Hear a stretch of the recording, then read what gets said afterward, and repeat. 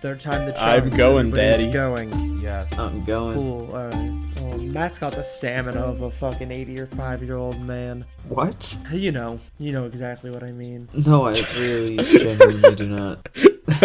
Can we keep this in? Well, Damn it. no. Maybe. Well, on that note, if you enjoyed that cold open, hello and welcome to Culture Illiterate, a podcast before friends overthink comic book movies. I'm one of your hosts, Jake, and I come to this place for magic. I come to AMC theaters to laugh, to cry, to care, because Jesus we need Christ. that. All of us. That indescribable feeling we get when the lights begin to dim and we go somewhere we've never been before. Not just entertained, but somehow reborn. Together. Dazzling images on a huge silver screen. Sound that I can feel. Somehow, heartbreak feels good in a place like this. Our heroes feel like the best part of us. And stories feel perfect and powerful. Because here, they are. AMC Theaters. We make movies better. And with me are my friends Wait, and were fellow we co-hosts. were we paid for that?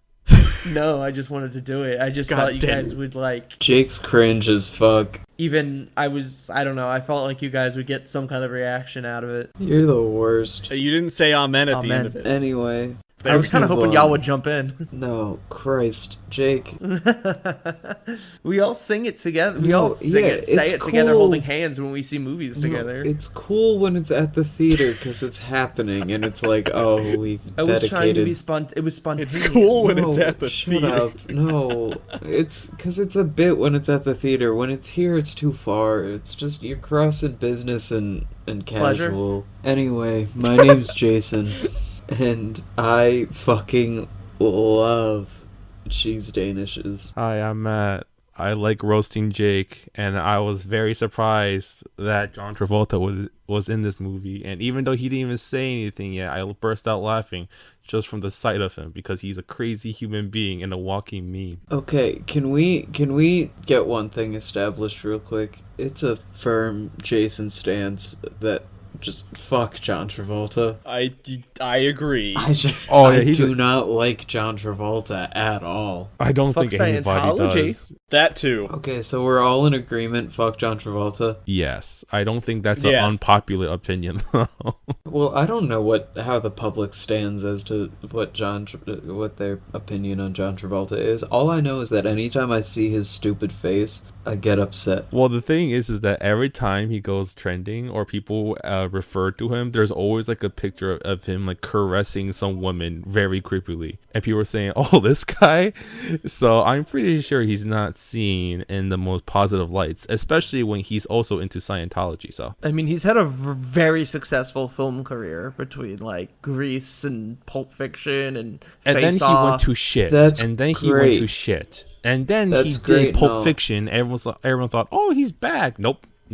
That was just an anomaly. He just went back to doing shit. I'm not saying anything about his acting. Like, I just don't fucking like the guy. Like, when I see him, I get upset. You know, there's still one of us that hasn't introduced themselves. And it's John Who? Travolta. It's you. You, Sean, it's it's me. you! Hi, you Who? fucking Who idiot. is it? It's John Travolta. Hello, It's hi, our I am first John guest, Travolta. John Travolta. Welcome to the pod, John. You know, fun fact: my mom sat next to John Travolta at the Super Bowl. Did she learn anything about Scientology that day? No, but it was Super Bowl. Was it? It was Chase. Was it 35? It was the one with the I know, but what's the Bills where they number? missed I don't know, where they missed the guy missed the kick at the end. 20. It was Super Bowl 25, which came down to this like iconic missed kick that cost the Bills the Super Bowl, and my mom, who hates football, described it as, all I remember was I was next to John Travolta and there was some big kick. She did say that. Well, anyways, I'm Sean, and my fun fact of this week is that the first time I did a wacky tobacco was in another country on top of a volcano, and I'm not gonna say anything else. Sean Travolta. Sean called- Travolta. Oh, Wait, that's it. wait, Sean. Someone What's make a wacky that. tobacco again? I forget. Jesus Christ, Matt. I'm not gonna Devil's tell you lettuce. what that is, Matt. It's the devil's lettuce, Matt. Oh, the stuff that makes you high. Okay. There's only one thing that can do that, as we all know. There's only one Wait, drug in all of existence. Wait, Matt, did you actually not know what I meant when I said wacky tobacco? No, it like blipped out of my memory. I'm like, oh wait, I heard of that before. What is it again? Jazz And I needed that cigarettes. remind me. The jazz cigarette. Jazz cigarettes is so funny. Oh, everything about Matt is funny. One of a kind. I know he feels ways when I say that about him. Anyway, you wanna talk about movies that feel perfect and powerful. It'll fucking fuck you up emotionally. You also watch Return to Seoul and After Sun. That's all I'll say on the matter. I thought that was the transition into the movie we're talking about this week, and I was like, I don't know if I'd say that about this one. No, I had a you couple don't of even rad need to watch movies a I watched movie. this Just week watch that like the really fucked Just with watch me. the first 5 minutes of Up, and that'll fuck you up. Or watch Return to Seoul and After Sun, because I have impeccable movie taste. I also Says have you. a rec.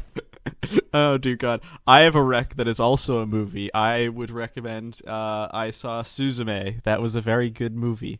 I liked it a lot. It was very cute. I heavily recommend it. I also have a rec. It's not a movie, so I have to. I guess I have to break the streak, but it's an album. It's a collab album that just came out at the time of recording this from JPEG Mafia and Danny Brown, called Scaring the Hose. It is fantastic. I mean, the production on every single song is just so good, which, as I was expecting, because those are both artists that put a lot of care into their production. So, yeah, if you're into, like, I guess experimental rap, I guess it would be considered. There's some crazy, weird-ass beats and some great rapping over them from two of the best guys in that genre.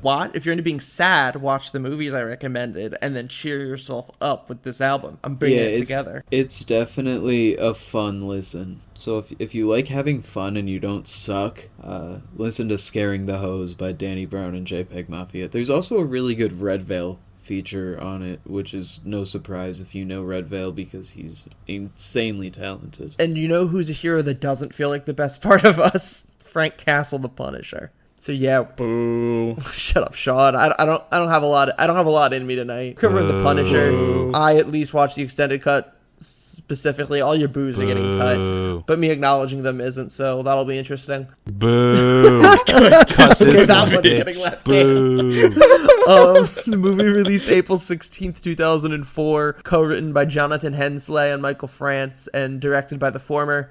Movie was shot by Conrad W. Hall, and stars Thomas Jane as Frank Castle / The Punisher, everyone's favorite John Travolta as Howard Saint, Laura Herring as Livia Saint, Will Patton as Quentin Glass, Ben Foster as Spacker Dave, Russell Andrews as Jimmy Weeks, John Panette as Bumpo, Eddie Jameson. Bumpo sounds like he's in the Insane Clown Posse. Eddie Jameson as Mickey Duca, and who I didn't realize was Rebecca Romijn as Joan, who was previously in the X-Men movies as Mystique. Had any of y'all seen this one before? No. No. The only experience I had with this movie is watching the Russian scene on YouTube once. I'm like, what the fuck is this? I never heard of a Punisher movie. I'm like, oh, The there Russian is, and scene's I good. never watched it. Yeah, the Russian scene is actually I have a very vague memory of like a Watch Mojo list that involved. That's such an embarrassing admission, but a Watch Mojo list that involved this movie in some capacity, and I was like, oh, I've never heard of that. Aside from that, I had never thought of it. I've never seen I haven't seen the show The Punisher either. I don't know much about the character. It's very foreign to me. So this was all brand new. So I know I've seen parts of this movie, or at least I remember parts of it from when I was a kid, but I don't remember ever seeing the full movie in like full, and I only remember a lot of my idea of the Punisher has been fairly tainted by the other movies within that all the other Punisher movies that exist, some of them being a tad bit horrendous from what I can remember anyways. So like they all kind of have blended together to me into this horrendous mess. I will preface that I don't think I exactly see them as a horrendous mess as much anymore because of this one, but They all have kind of blended together to me. So every time I think of Punisher, I think of horrendous movies. It's like Dolph Lundgren, Ray Stevenson, and Thomas Jane, like in a blender. Yeah. Is how you view I Frank. do not like Dolph Lundgren. Well, we didn't have to cover his because it wasn't widely theatrically released, at least not in the U.S. Thank We avoided the one. Lord. Didn't know you had such strong feelings about him. I just don't like his name, and I wouldn't have wanted to have a podcast where we had to talk about him. All right, well then let's move on from him. The movie starts off with an FBI bust of a smuggling operation in Tampa. Why this movie's set in Tampa, I have no clue. Seems like a weird decision. I actually know. I know why. I know the answer to this. So they had a really big budget to begin with when they first started this movie. I don't know why this is the one thing I remember from when I was looking up the production of this movie, but it was this in the Russian scene. But they couldn't film in New York because it was too expensive, which is where they wanted to do most of the shooting, and they had the money for it prior. But then midway through, Lionsgate took the money and said, no, you get half of that, essentially. And so they couldn't record. They were trying to find cheaper place to record, and Florida just happened to be the place that they could do it. That checks out. That's the only reason you'd ever film in Tampa, I think. That is mad, like, random. It really is. Like, they're like, why don't we set it in Tampa? I don't know. I mean, Infinite, I guess at least, like, distinguishes it from, like, everything else that's been said in New York, or, like, a New York stand-in, like Gotham or Metropolis, but... Anyway, the movie starts with an FBI bust of a smuggling operation in Tampa, resulting in the death of Bobby Saint, who's the son of John Travolta's mafia boss character Howard Saint, and Otto Krieg, an arms dealer. However, it turns out that Otto Krieg is a faked death for an undercover FBI agent, Frank Castle. He's also a veteran, which is kind of alluded to in this, but they make the decision to not really focus on the fact that he was overseas as much and mostly just show him as an FBI agent who has now retired after this final mission. And there's like a very comical party that he like comes out of a body bag from the faked death and walks into a retirement surprise party. But anyway, so enraged at this death of his son, Howard Saint orders his men to learn everything they can about Krieg, who's obviously not a real person. So he using resources to bribe corrupt federal law enforcement officers, he finds out that Krieg was actually Castle. So he orders Castle to be killed at a family reunion down in Puerto Rico, but his wife Livia insists that all of the Castle family be killed as well. So at the reunion, Saint's men, including his best friend Quentin Glass and Bobby's identical twin John, kill Castle's entire family. And when I say entire, like, the traditional comic book origin for the Punisher is like a crime shootout kills Punisher's like wife and 2 kids. And in this, they decide to wipe out the entire Castle bloodline. His parents, his cousins, his like 7th cousin 14 times removed or what. Like everyone's just, they wipe out everybody down in Puerto Rico because they're having again, some of the settings that's a weird decision, but it's almost comical how many people get murdered. Honestly, that was the part that I kind of liked the most. Really? This was that, Damn, like, you are they a went sick so fuck. over the top killing his entire family as opposed to just, like, you know, his immediate family. Yeah, it wasn't enough that just his immediate family get killed. Every single person he's ever been related to has to get killed. And of course, right beforehand, his son gives him a t-shirt with the Punisher skull on it, and it's some, like, there's like a witch doctor in Puerto Rico for some reason that appears in the background of one scene, and then you find out his son buys the shirt for him with the skull on it that's some kind of local symbol. I don't know if these people are aware of like what Puerto Rico is. Not that I'm like super well versed in Puerto Rican culture, but this feels pulled out of their ass. So anyway, Frank tries to fight back on the attackers before he's shot himself and left for dead. However, Castle survived and then nursed back to health by the local aforementioned witch doctor. First thing off the bat for me, I just want to make a quick note that Thomas Jane looks much better as a blonde when he's undercover as Otto Krieg. But other than that, I mean, I kind of already said my thoughts on the Punisher origin, but I honestly find it kind of comical the way they like make the shirt that he ends up using as his symbol a gift from his son, and then have the entirety of his family murdered. And then for a movie that is hard, like pretty hard R, the way they kind of dumb down the blood, there's very little blood as all these people get gunned down. Yeah, that was the thing I noticed in this movie was the violence was definitely held back, even though it was already given a rated R rating. So I'm not sure why. Maybe it was because of the budget, because with so little money, there was only so many scenes you could do, like blood spurts or like fake blood scenes, stuff like that. But I'm not a producer, I'm not a director, so I wouldn't know. I wouldn't be surprised if that were blood it, costs. just because, like, from everything I read was that they were working with a bigger budget, and then right when they started production, it was like, oh, hey, here, you only have half your money, and we're not giving you more. So I wouldn't be surprised if a lot of stuff just kind of got lost in the production hell of trying to figure out how to work with half of what your budget originally was. I assume that he was originally supposed to have like some kind of lair of some kind in like some secluded place, or like some, you know, family resort or something like that. But maybe due to budget restraints, they had to go to this crummy building, and his room is just riddled with weapons.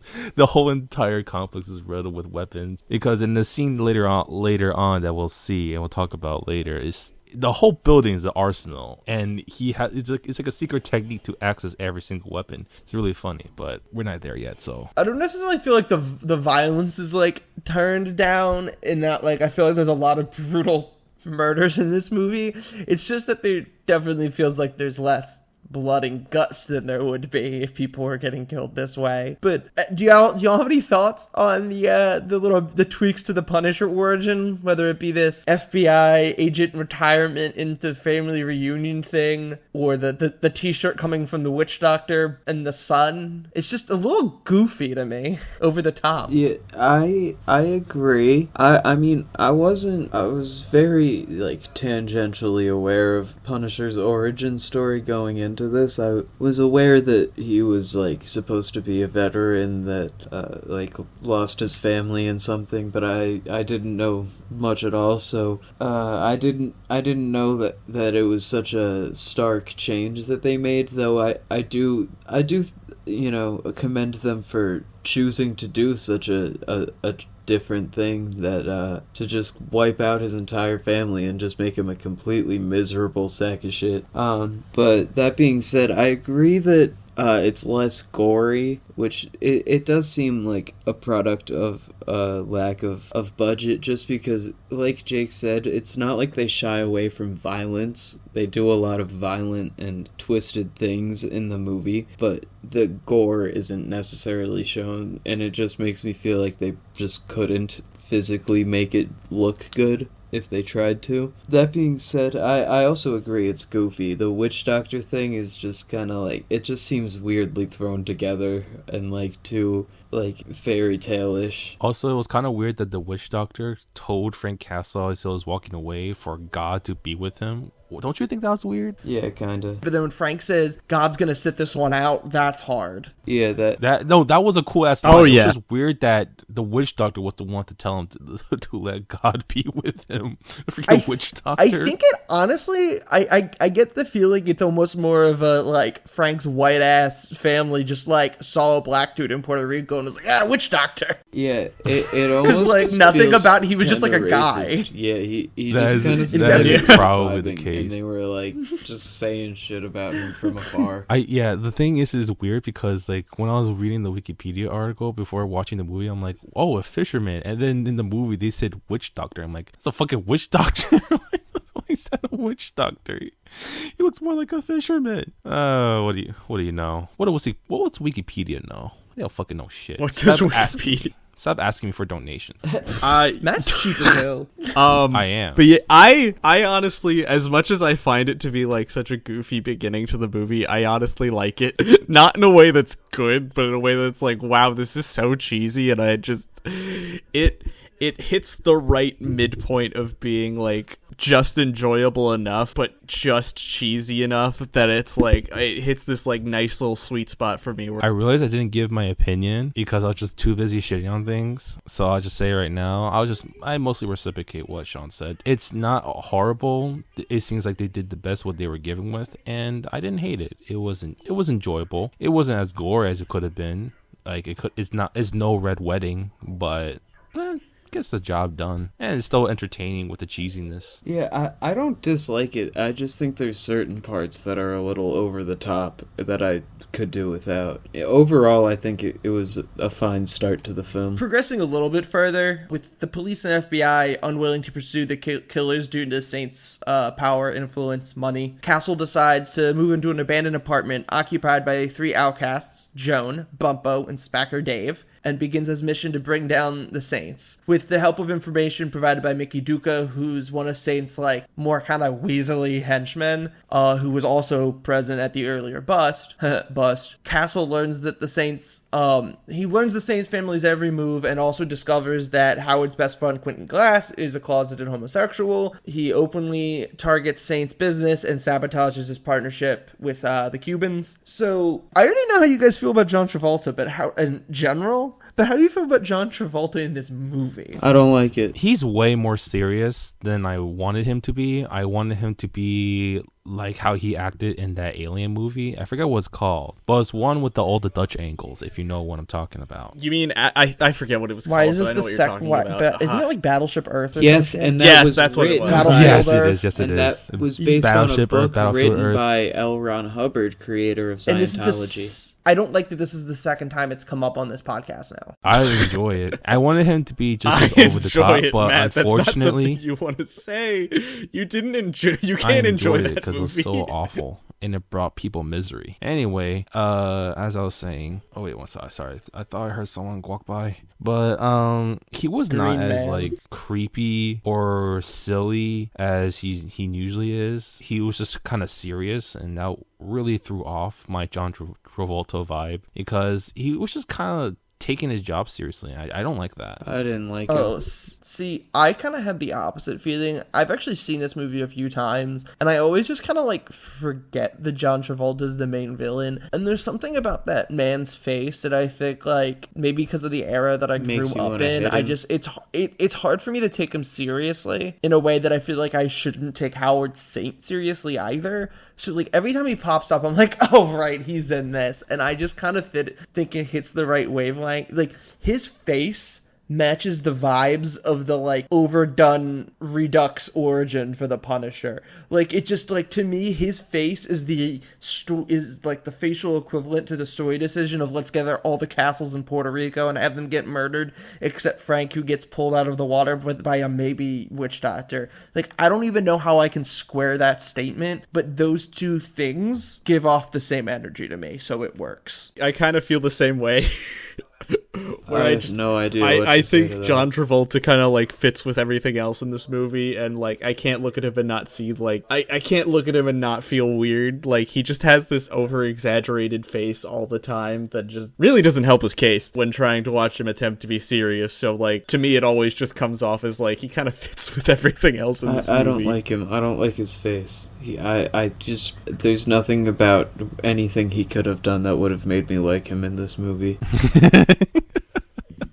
I love your irrationality of hating certain people, Jason. I love it. I wish I could have a better opinion on that. Okay, well let me be frank. All right. No, you're I not think Frank. that You're Jason. Frank Castle? I hate this. Sometimes I want to end it all. Anyway, I hate you, I hate you. I love you Sean. too, I hate Matt. you. I think John Travolta was fine as the villain. I think that the villain's motivations were fine. You know, it was everything about it was just like okay, and then it was John Travolta, which made it bad. You know what I mean? Well, that's my thing. Is that like usually you get some over the topness or cheesiness from him, and you didn't get any of that. He just played like a straightforward villain, which is boring. Yeah. And usually when you watch John Travolta, it's usually not boring. It can be creepy, it can be weird, but it's usually not boring. But this time it is. It makes me sad. Nothing about his performance really like brought me any kind of feeling towards it. So it was just kind of neutral. For me, it was like a neutral thing and kind of sad because it wasn't silly as I wanted it to be. And for you, it was pure hatred because you just hate John Travolta. But you know, if I'm being objective and putting that, you know, my personal feelings aside, it's just neutral. All right, well, what about, do you have any stronger feelings on Frank's neighbors? Because I think the neighbors are like, and his relationship with them is like kind of the high point of the movie. Yeah. I could fuck with the whole show that's just like Frank and his goofy neighbors, and my favorite is Spacker Dave. Well, it's not even just that they're goofy. It's It's just that it's not unfounded. Their personalities aren't just silly. They are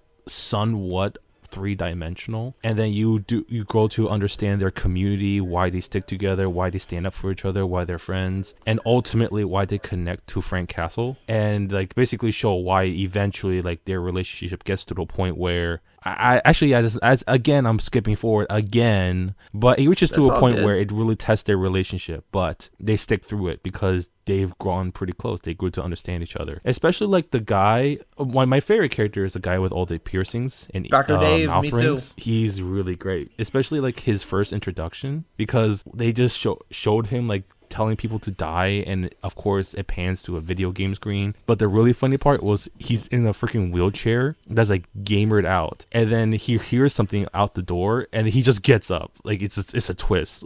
You think he's a crippled man who just sits in his room all day playing video games, but no, he just fucking gets up like nothing. It's great. There's also the pasta man and the love interest. The pasta man, who's also like an opera singer, Bumpo and Joan. He's good at lip singing opera. Yeah, I mean, honestly, the neighbors were a highlight. I think Spacker Dave is, God, that's a weird ass name, but I love him.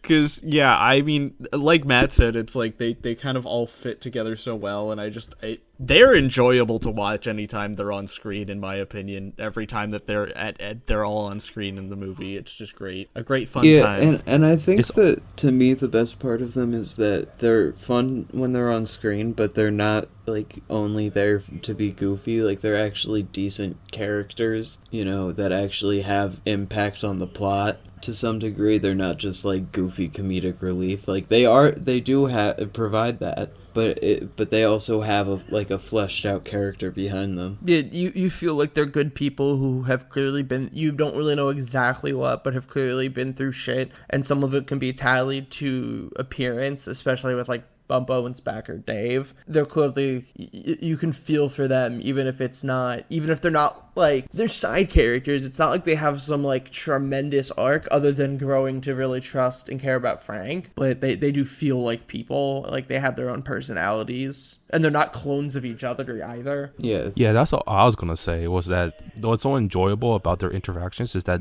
they are very different, not in just physical appearance but personality wise, and yet they get along so well. They felt like they've known each other for many years, to the point where they interact a lot. They have do they have dinners together? I forget. They have dinners together. And it's clear that they're like kind of a little found family for each other. And then when Frank comes in, it's that they have dinner with Frank because it's this attempt to open him up and let him join that little community. Even though he doesn't want to. He wants to just be a man on a mission out for revenge and nothing else. Well, yeah, like, what I like about that was that it was after they heard about his story and they just give him their condolences. But it's not like they just do that. They try to let him connect with other people. He tries to let them connect with them. Like, he goes out, and he's like, basically, I forgot, I think it was basically they were like enticing him to come over by saying like basically, okay, this needs so much context. Okay, so basically how they first grew to like him was, I believe, what was the girl's name? Joan. Joan's ex was like banging at her door, and then I think it was Bumbo who stood up against him, and then he was about to get stabbed by a freaking butterfly knife. And of course, Frank Castle comes up and saves him by just punching him in the face because the guy was too busy flashing his butterfly knife. And by the way, Frank Castle does it so much better than him. And not only does, he help Bumbo and Joan, but he sticks up for Bumbo, and Bumbo clearly states later that no one has ever stuck up to him before.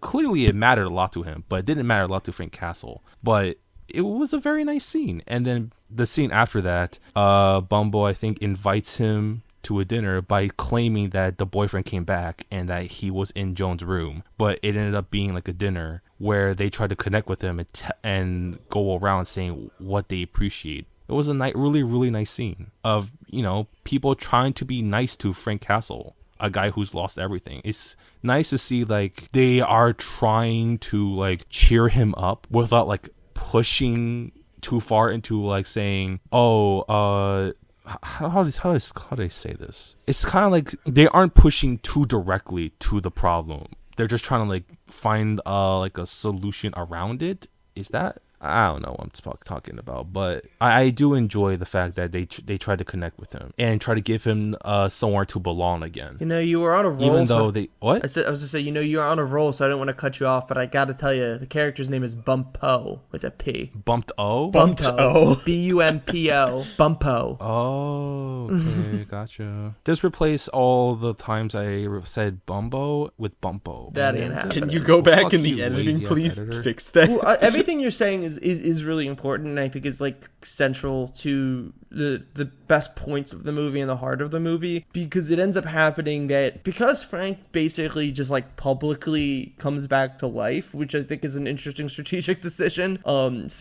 Howard Saint really quickly finds out that Frank Castle's alive and sends assassins to kill him. The first of which is Harry Heck, who shows up in a diner singing like he's Johnny Cash. Who I can't remember.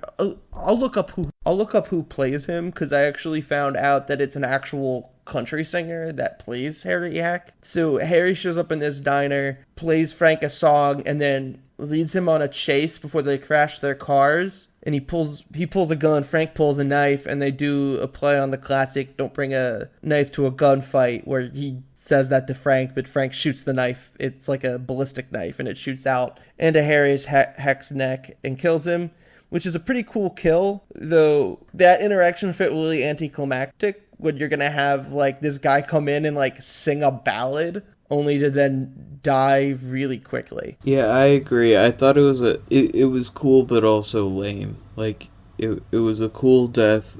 It was a cool kill, and it was a cool build up, but it was mismatched in the sense that the build up called for a more dramatic kill, you know what I mean? Mark Well, Coley again- is Harry Heck. Sorry, I just wanted to get that in. Gotcha. Well, it kind of goes to what we were talking about before, where they were cutting the budget by half, where like this seemingly side villain that will have some kind of some kind of threat that will serve as some kind of threat to Frank Castle just kind of shows up in his introduction scene in which he's singing a song, pretty menacing song, and says he'll be singing that in his funeral, just to crash his car. And a short car scene later, he just gets shot in the neck with a knife, which again, as I said before, is pretty cool, but it just seems like they just couldn't afford a longer fight, or like a gunfight, or with more explosions, or with anything of the sort. It does feel pretty low budget, but at least there are some good things about it that keep it entertaining. Like, it's not like they didn't put no scratches on the cars. No, the cars do get flipped. They do get crushed. So that was nice, at least. I actually like the creativity behind like having this as like the first assassin we kind of see, and I didn't know what was happening at all when the guy first walked in and played a song for for Frank, and I was like, what the fuck is this? But I just think it goes to show that there is some creativity behind a lot of what they've done in this movie, and it's a small thing that I appreciate, and I think once we get to the Russian, I love that scene so much more. But like I still think it shows that they had some like genuinely creative ideas that I think were fun, despite the fact that it does end a little anticlimactically, but I think it was still fun to see. The fight with the Russian, which again I guess we might as well just get to now, because the second assassin that comes after Frank is, we're not forgetting the character's name, he's simply just known as the Russian. He's this like behemoth of a man, played by Kevin Nash in this movie, who shows up at the apartment building and nearly beats Frank to death in his own apartment, until Frank basically tussles him, fights. It's kind of going back and forth until it crashes through into Joan's apartment, where Bumpo has been cleaning up post dinner and singing along with this opera, and it's been super cranked up loud, so they didn't hear any of this going on.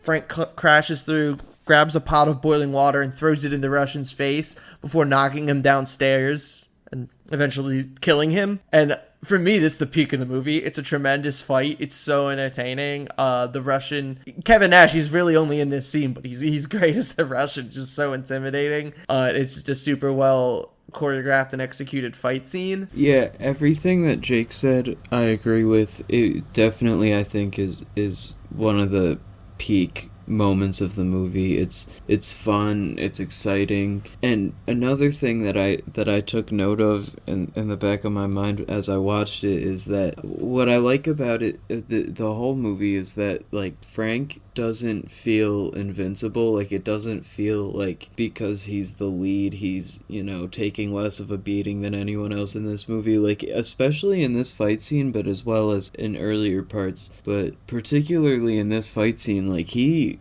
gets roughed up quite a bit, and it you know, it doesn't feel like plot armor is on him, so to speak. You know, he takes his fair share of hits as he gives them out. I'd also like to add a fun fact about that scene with the Russian. Apparently Nash, when he gets stabbed by the knife in his, like, I guess it was like in his neck clavicle area. Apparently that was real. That happened. What? He got stabbed. He got stabbed and he acted out the entire thing. So what you see in the movie when he gets stabbed is real. What apparently had happened was they didn't switch out the knife when they were doing the whole scene. So Jane stabbed him with a dull blade by accident. That's insane. And apparently afterwards, to make up for it, the crew bought him lunch. Wow, you got stabbed and you got lunch. Kevin Nash is different. That sucks. That makes me love him even more. Yeah, that makes that scene really is the highlight of the even cooler movie. because the fact that he just like hulked that out and went with it after getting legitimately stabbed on set. Like, shout out. I gotta go watch that scene again now. This movie has so much, like, behind the scenes interesting stuff. It's really weird. But the scene was really good, and I also like it worked. It used the props of like the area that they were in really well. Like, they grabbed the butterfly knife. There was parts like of the apartment that were used. Obviously, he used the, you know, pot of water to hurt the Russian and ultimately win the fight. So, like, you know, it doesn't just feel like they're fighting and happen to be in the apartment building. Like, the apartment is used to the fight scene, and I think that's to its credit. Yeah. Well, I really like it because of all of like the basically the way it was choreographed was really, really nice because it was so scrappy because there was no way Frank was going to beat him in hand-to-hand combat. So he was just using anything he could get his hands on. And the Russian just didn't give a shit of anything that he threw at him. Like, he tried punching him, that didn't work. And then he tried using a crowbar, that didn't work. And then he took out a grenade from under the freaking sink and throws it out. And then the Russian, being the Chad that he is, just baseball bats it back to Frank, who has to take cover in a freaking bathtub just to not get obliterated by the blast. Yeah, and that's what I mean. It's just so many like, creative ways. Like, it's so creative. Like, that it feels active in the space that they're in because, you know, you have Frank going to the weapons that he has stored and knowing where they are, and the Russian not having that advantage and then having to, you know, spin it around and figure out, you know, like, throw the grenade back at him, you know, and do his thing with it, you know what I mean? Mm-hmm. And my favorite part was Frank just has weapons everywhere. And my favorite part was when after he was thrown through a wall, yes, he gets thrown through a wall by the Russian. He like crawls to a cabinet and just hits it with the side of his fist, and then out comes a gun.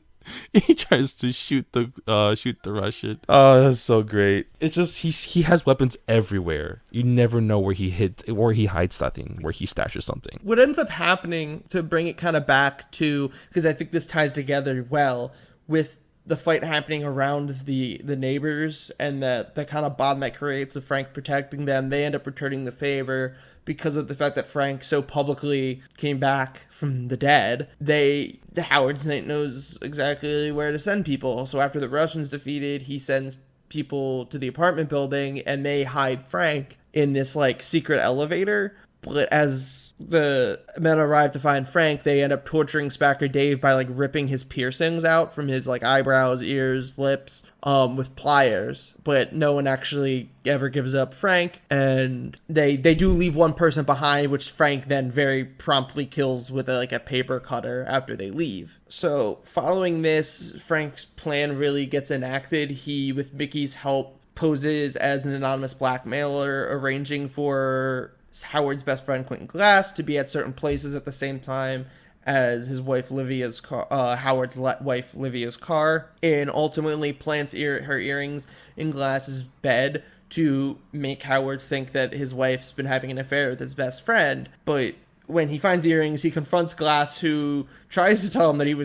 he's actually gay, but Howard doesn't listen and stabs him to death. And then when confronting Livia, she does the same thing, and he doesn't believe her, and ends up throwing her off of an overpass onto a railroad track where she gets run over by a train. So I like Frank's plan a lot because it feels fittingly petty and merciless to not just go after, for revenge, to not just go after Howard, but to ruin his life beforehand by making him kill the woman he loves and his best friend. I do think it's a little bit dumb and kind of out of character for Frank to publicly return, in that it would have been a lot easier to enact his plan while being publicly dead so Howard could not find him. And it also just feels like, jumping forward, you eventually find out that Frank's initial plan is to get his revenge and then kill himself. So it just feels weird that he even bothered to show up at a police press conference that he returns at. But that said, as a whole, I like that it's a little bit more than just a simple let's kill the guy. Yeah, I agree with everything you said. I do think it was weird he publicly came back. I feel like the whole time he just wants to lay low and be,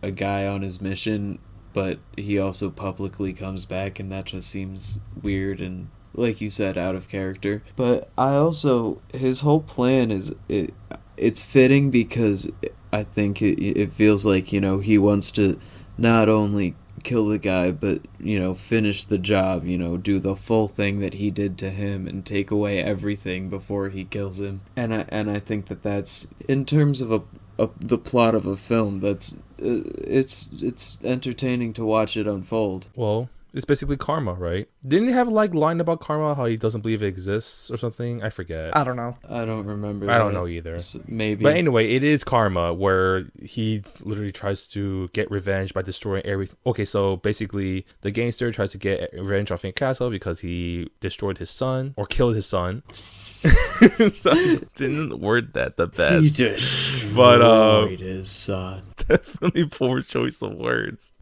But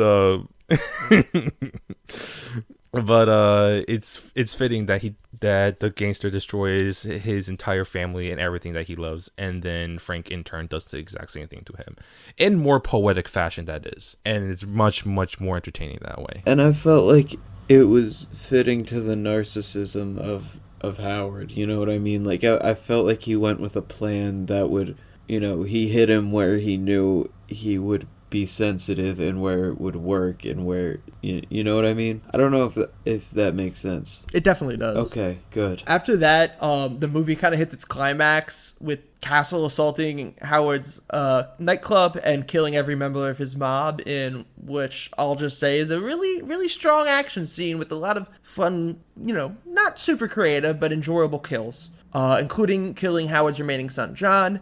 Satan escapes the building but is wounded, and Castle pursues him before shooting him in a duel. As Howard lies dying, Castle reveals his schemes and that Saint killed his wife and best friend for no reason. He then ties Howard to a car and sends it dragging him throughout the club's parking lot, which is rigged with explosives. Saint perishes in the ensuing explosion of flaming cars that form a flaming Punisher skull, the logo that he has now adopted based on the shirt that his dead son purchased for him at that tragic family reunion in Puerto Rico. That tidbit's a little weird to me, but I fucking love the theatricality of leaving behind the flaming Punisher skull, and it just feels like an extra layer to the revenge. But yeah, I really enjoy the final set piece, and while it's a little underwhelming how easy Howard is to kill, I guess it makes sense, and I do like how much Howard has to suffer. Yeah, but I also like the way he just goes through the whole building, you know what I mean? Like the way he sends the champagne down and just blows motherfuckers up and then cleans out what's left, you know what I mean? Like he's efficient. It's quick. Like he has a clear system. He's like, I don't want to waste my time. I'm just gonna blow them all up, and then whatever's left, clear that out, get in and get out.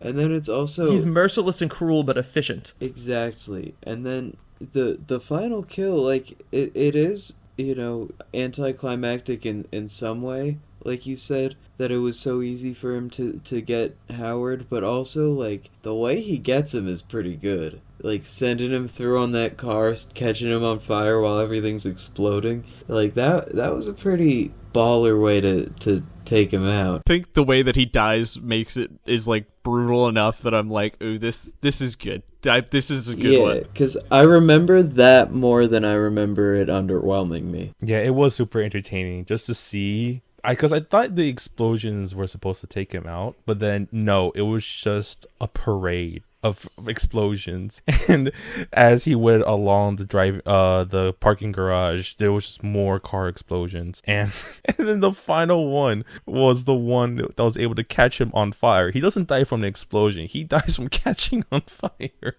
You just hear the John Travolta screaming. It almost feels like Frank's victory lap. Like, he's like, I got you. No, I'm not even going to kill you yet. I'm going to make you, like, go through this and suffer and watch everything just explode around you and celebrate around you. I mean, he already took several laps around him at that point, because during their draw, he will...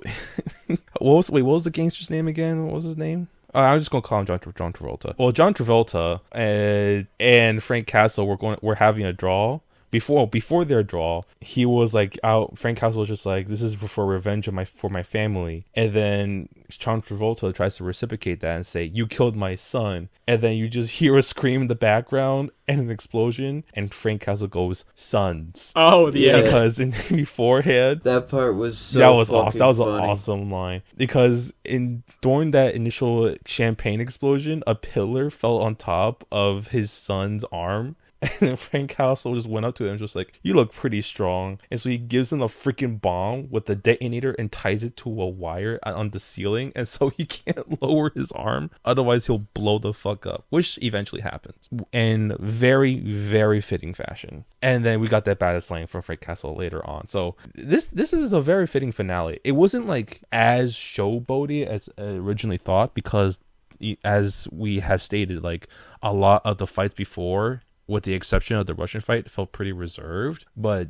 it was very fitting. It was not like, over the top. It was a satisfying finale, and I liked it. I agree. You talk about like the great lines, and I think they're delivered well from Thomas Jane. So I just kind of give him some flowers in that, like, obviously we were kind of mixed on John Travolta's performance in this movie, and we all praised Kevin Nash. But as a whole, I think a lot of people just kind of do their job here. And that sounds like it could be an insult, but I mean it in a complimentary way of, like, all of the actors that play the neighbors and then Thomas Jane as Frank, they show up, they put in good work, and it's nothing like exceptional or revolutionary, but none of them feel I out of place or phoning it in. It's just solid performances, and Thomas Jane, I feel like, definitely likes playing Frank. I agree. Mm-hmm. They, like, everyone fits their role well, and Thomas Jane, like, he, first of all, like, I know he does a lot of voice acting, I think. And, like, you can tell because his voice fits Punisher, like, so well. Like, it's such a good, like, gritty comic book, anti-hero kind of voice that he has going on. And so, yeah, I think props to him. I think he did a swell job. Mm-hmm. Well, it wasn't that much of a surprise to me that Thomas Jane was pretty good. Actually, a lot of actors were pretty good. Well, like,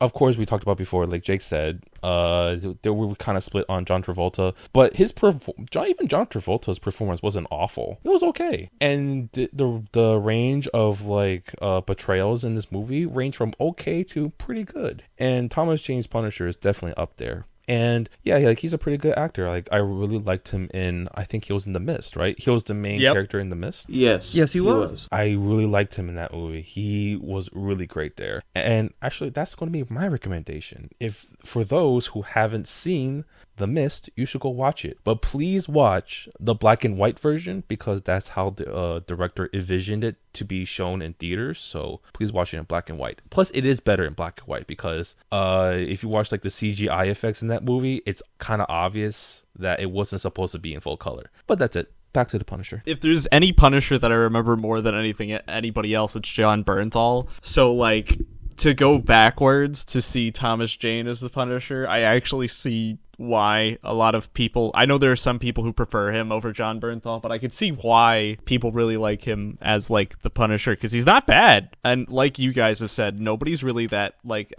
there's nobody I can really pinpoint as like being bad in this movie. Everybody does a fine job. If anything, there are a couple good eggs who stand out in this too, and I just think every actor in this actually does a pretty good job. I tend to agree. Also, real quick, shout out John Bernthal. He's tremendous. He's tremendous. He seems like a good guy, from what I can tell. Yes. And he is terrific as Punisher. In terms of just, I haven't seen him as Punisher, but just as an actor, seems great. Seems like a great dude and terrific actor. Small Engine Repair. He's excellent. In Small Engine Repair. Incredible film. Also, I know this is kind of a little bit of a side, but also an added thing. I do know that at the very least, from the little short that came out of this movie, not officially anyways, that also had Thomas Jane as the Punisher, which was, I believe, called Dirty Laundry or something along those lines. Yes, I was just about to say that. I just found out about that like while we were recording. Yeah, I found out about that too when I watched it. Apparently, John Bernthal based a lot of how he did the Punisher on that short,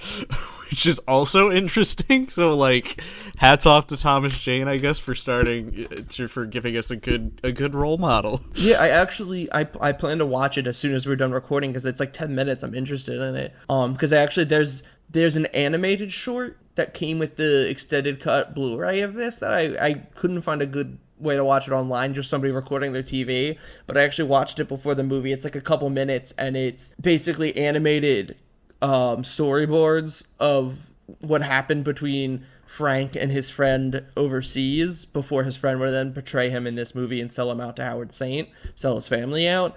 So I had watched that, and it's kind of neat. It adds a little bit of fun context to Frank that you don't really see in the movie, of his military career and what happened to him there, and some things that were alluded to in conversations between those two characters. But yeah, I definitely want to check out this kind of follow-up short they released. Yeah, I started to watch it, but I didn't finish it because I saw it on IMDb, and I was interested in it, but I didn't finish it because I just didn't. Well, I didn't even know it existed, so I'm going to watch it sometime after this podcast. I'd recommend it. I saw it at the very least. From what I understand, it's not like an actual, what is it? It's from something called the Bootleg Universe. Adi Shankar, that's what it was. It's from a lot of, I remember he used to do a lot of YouTube stuff back in the day where he did like there was a Power Rangers short that he made that was very adult oriented.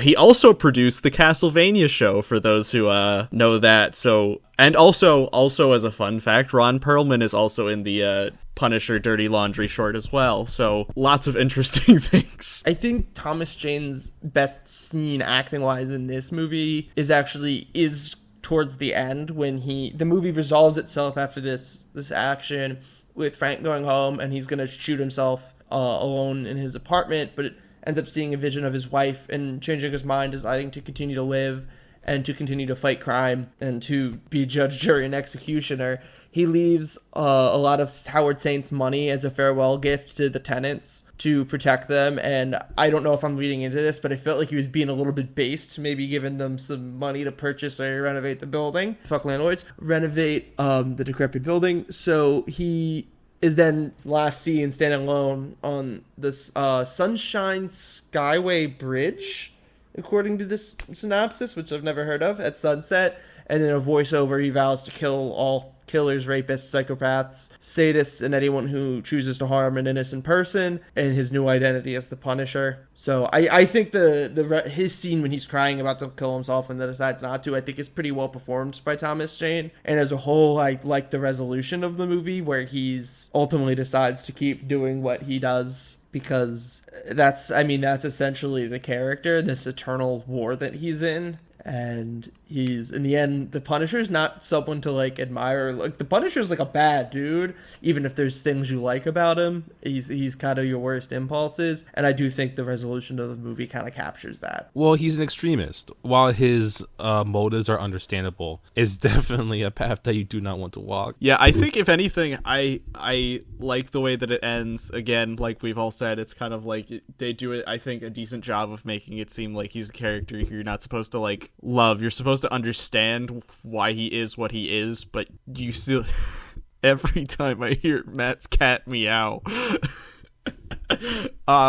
Can we have the cat on as a guest in the podcast, please? Yeah, she could be the occasional guest in the background that constantly annoys me. Huh? What do you want? Yeah, Sean, what do you want? I agree with you that like they show him in a way that he's an empathetic character, but he's not like you don't root for him, but you still can care about him in some way. Yeah, I mean, I think as a whole, the movie, it's a really simple movie, and that could be a strong point or a weak point for you. It doesn't try to say anything like super, it doesn't go as like politically charged as you maybe inherently can see the Punisher being, and as much as done in the TV show as well as the other Punisher movie, Punisher Warzone, that we'll get to. But I think it goes for the really simple, just violence begets violence, vengeance is bad thing, with it all starting because Howard wants violence, wants revenge, and so then Frank wants the same, and it escalates. But as a whole, I mean, while it doesn't reinvent the wheel in any way, I think it's like a pretty solid revenge movie. I'm just gonna slide into my overall thoughts because they're nothing really crazy. I feel like as a whole I've been pretty vague about the movie, or like kind of like saying basic comments on the movie, and that's because it's nothing exceptional, but I like it. It's not like beautiful to look at. It's nothing like visually memorable, but the performances are all solid. The action is solid. It fulfills what the base wants of a Punisher movie. Frank feels largely in character, and it goes on a revenge tour, and that's like the base of the Punisher. So while it's not necessarily anything to write home about, if you're into just like a revenge action flick, it's gonna check the boxes you want, even if it's not something revolutionary like a John Wick. Not everything can be. So yeah, I mean, least favorite part of the movie, probably just that it's kind of unremarkable visually. It's a little flat. Best part of the movie, for me, it's just the simplicity. It doesn't overdo itself, and it doesn't overstay its welcome. So I enjoy it. If this is your type of thing, I can't see why you wouldn't like it. It actually has got awful reviews, which kind of surprises me because it's inoffensive. It's just an action movie. So if you like that sort of thing, it's good. For those who aren't looking up on Google right now, it has a 33% on Rotten Tomatoes, which is really low for a movie like this because, as Jake said before, it's not really offensive anyway. It's not really boring. Sure, they could have done more, but going to behind the scenes, you understand why, and seeing what they were working with, it still turned out to be a decent film. Like I enjoyed myself. There were things to take out of this film that I'll probably remember, especially that finale. Like, given that budget, that finale was still pretty good. So yeah, it was still pretty good. Well, I guess now that I've cut in, I might as well give my opinion as well. Yeah, I can recommend this film. It's okay. It's not gonna blow you away or anything, but there are a few good scenes and good lines here and there, and there are no bad performances. And if anything, just watch it for the Russian scene, which is my favorite scene. As for what I dislike, it's kind of hard because this movie is very simplistic, and so everything kind of melded together decently because they didn't strafe too far from the plot. I guess like the thing I disliked the most was the first assassin because he was kind of underwhelming for a lot of build-up and a lot of character. But again, like, it's not like I can fault anyone for that, seeing the budget for this film, and then they did make it up with the second assassin. So yeah, those are my thoughts. Yeah, I mean, I like this movie. I think the best part is definitely the action, particularly with the Russian. But even aside from that, there's a few creative things. Like, I think them, having the scene with what's his name, Dave, tearing his piercings out of his face. I thought that was very creative. Like, and I think there were some creative moments throughout, but particularly, like we've all said, the Russian and overall, I just think the movie's it's a solid action movie. If you just want something fun and dumb to watch, it's good for that. If you want to go to sleep and you want something to put on to watch and maybe doze off throughout, put this on. It'll be that for you. I recommend it in that sense. My least favorite part, though, I will say, since I didn't get to that part, not even just because I dislike John Travolta, I just think genuinely he doesn't bring that much to the table as the villain, and doesn't... While I don't dislike the villain as a character in the movie, I don't think he plays it in a way that compels me in any way to be entertained. He's the only actor I feel I can say that about in this movie. I think everyone else did fine. I think it's, in the end, like, this movie is... I went into this expecting it to be the worst thing I had ever seen, and it was not.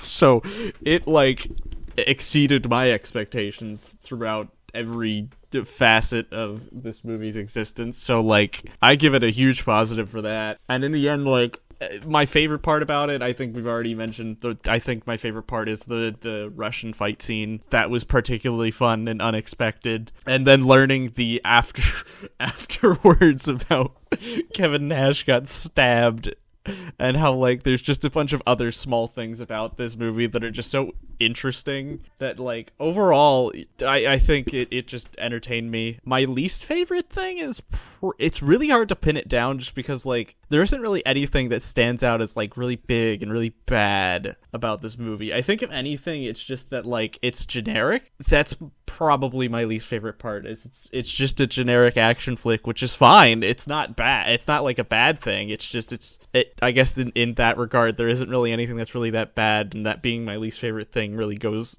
towards, I guess, the movie's credit. Yeah, I'd recommend it. I'd definitely recommend it. I think it's a good lighthearted, not lighthearted, I guess, but a good, just general action movie. There's nothing really that bad, and I'm kind of surprised looking back at, like, the critic scores of this and seeing, like, how bad it was taken. I'm just so curious as to see, like, why that is, if just, like, the general, how critics felt about things back in the day probably lended itself to be more critical towards things like this, when they really aren't trying to be something loftier than what they're trying to be, which is, in this case, just a general action movie. So I'm kind of curious as to why that is, but we may never know. Who knows? Well, it could be maybe due to the fact that they weren't really given context as to why certain scenes look low budget, because they are. Well, they seem... Do you think it's because we were more forgiving toward the movie because we read some of the background and behind the scenes of the movie, and we know that they were working with very little? Do you think that's why we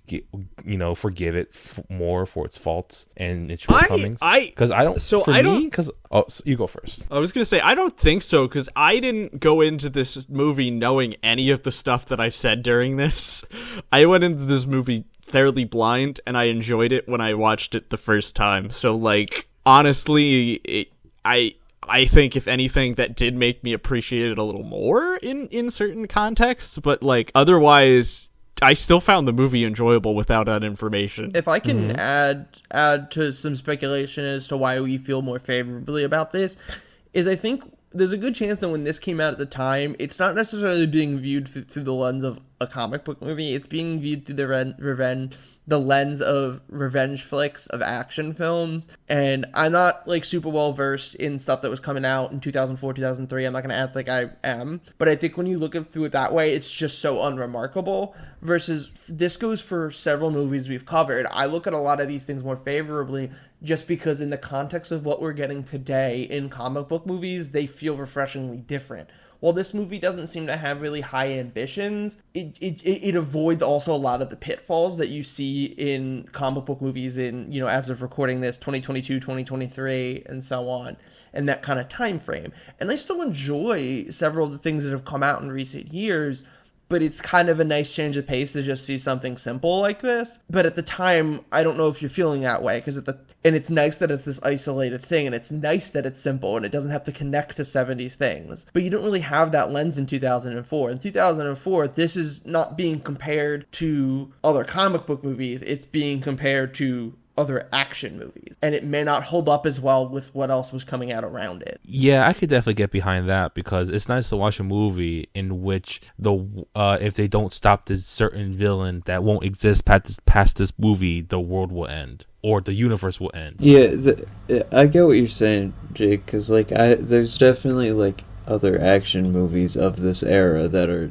way more highly regarded than this, but, and, like, compared to those, it's not anything that stands out. But when you see kind of the same genre of comic book movies all the time, it's refreshing to see something that's like more its own genre while still being inspired by the comic book. Okay, obviously this is one example, but Kill Bill came out in 2004. You want to talk about action revenge movies, and you can compare this to Kill Bill? Yeah. You know, Kill Bill clears, obviously. So when your competition is more in line with that than you know, what we talked about before, that's just... Sorry, I just looked up an example, and to me that's just like quintessential perfect. Is like if you're seeing a movie that summer. I mean, yeah, it does make sense when you look at it through that lens, but it's still like I get it when you compare it to movies like that, but I still think to some degree it's a little harsh. And when I look back at certain movies, I do think, I don't know if this is just a general thing that I've seen, and I have no data to back this up at all, but I do feel like looking back, critics tended to be a little harsher on films back then, because just there are some movies that I can think of, especially during this watch too, where I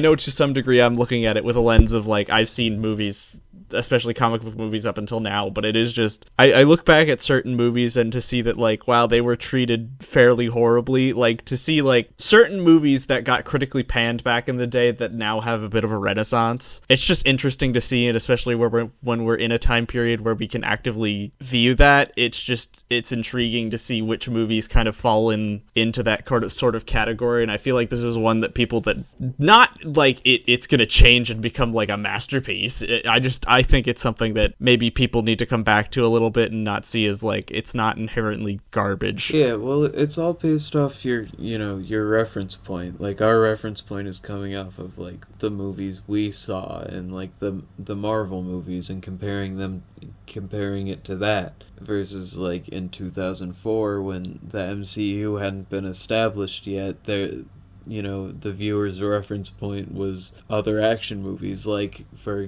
the example that Jake said, Kill Bill. It's all just a matter of what you're comparing it to, really. You mean a matter of perspective? Yes. There we go. But it does make sense because as we said before, we grew up with Marvel movies, and those have become very formulaic as the years have gone by. It doesn't mean that there are some great movies in the cinematic universe. There are, but it makes for more like mediocre to decent movies than some outstanding ones. But it also means that there's no bad ones. But because of that, you don't really get like too many shakeups. And so movies like Punisher are a little refreshing because of just how small scale they are. Because it's a very condensed story. Even though this condensed story does feature a lot of murder and a lot of explosions at the finale, it's still very condensed down. It only takes place in Tampa. And it's not like, oh, if he doesn't beat Saint or Travolta or whatever his name is,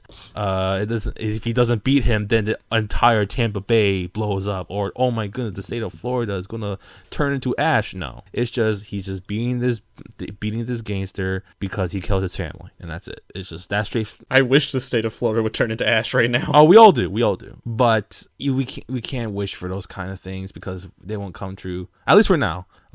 Holding hope for the future.